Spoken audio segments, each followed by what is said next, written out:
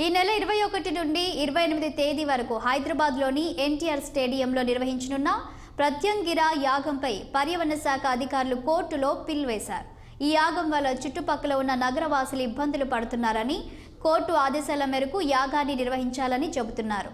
అయితే 25,000 కిలోల మిరపకాయలతో జరిపే ఈ యాగం వల్ల ఎవ్వరికీ ఎలాంటి నష్టం జరగదని సిద్ధేశ్వర పీఠం వారు చెబుతున్నారు. 15 ఏళ్లుగా యాగాన్ని నిర్వహిస్తున్నామని, ఈసారి కూడా యథావిధిగా యాగం నిర్వహించబడుతుందని స్పష్టం చేస్తున్నారు. ఇది అంశంపై మరింత సమాచారాన్ని మా ప్రతినిధి మాధవి అందిస్తారు.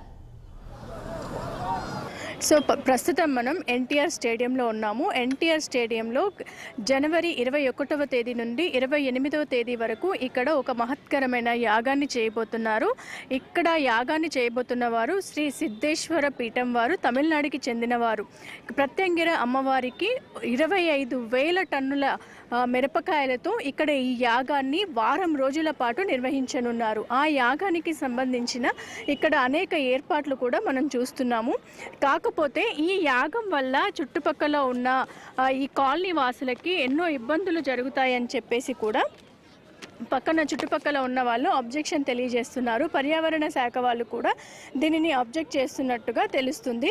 సో దీనికోసమని ఇక్కడ ఉన్న రెసిడెన్షియల్ అంటే హౌసెస్ అయితే కాలనీస్ ఏవైతే ఉన్నాయో ఎల్ఐసి కాలనీ, బండమైసమ్మ నగర్, అలాగే గుండ్ల బస్తీ వారు ఈ యాగాన్ని ఘాటు తట్టుకోలేరని చెప్పేసి పర్యావరణ శాఖ వారు మామిడి వేణుమాధవ్ అనే పర్సన్ దీనిపైన పిల్ వేయడం జరిగింది.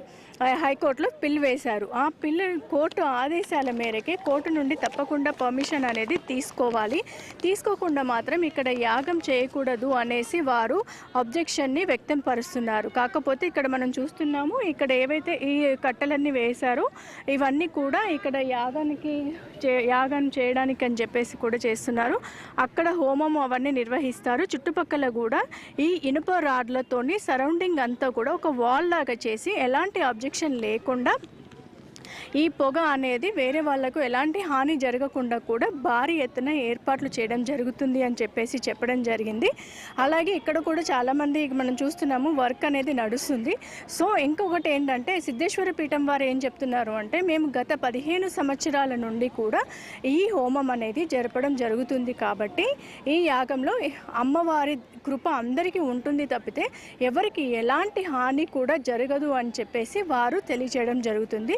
ఇక్కడ ఈ సిద్ధేశ్వర భరత్ గురూజీకి సంబంధించిన ఆయన జన్మదినాన్ని సందర్శించుకొని ఇలాంటి యాగాలు అనేది 15 సంవత్సరాల క్రితం నుంచి చేస్తున్నాము అని చెప్పేసి సిద్ధేశ్వర పీఠం వారు తెలియజేయడం జరిగింది.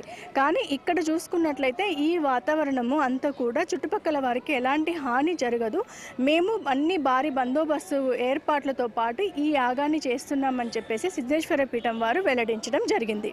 ఇంకా కూడా వారు అంటుంది ఏంటంటే, సిద్ధేశ్వర పీఠం వారు ఇక్కడ మేము అన్ని సరౌండింగ్స్ అన్నీ చెక్ చేసుకున్నాము. అలాగే ఇక్కడ ఎలాంటి హై రైజెస్ అపార్ట్మెంట్స్ కూడా ఎత్తైన బిల్డింగ్స్ భవనాలు ఏమీ లేవు కాబట్టి ఆ పొగ అనేది వారికి వెళ్లకుండా కూడా మేము భారీ బారికేట్లతో ఏర్పాట్లు చేస్తాము అని చెప్పేసి జరుగుతుంది. అలాగే పరదలతో కానీ లేదు అని అంటే దాని చుట్టూ కూడా ఇనుప రాడ్లతో వాల్ అనేది ఏర్పాటు చేస్తున్నాము అని చెప్పేసి చెప్పడం జరుగుతుంది.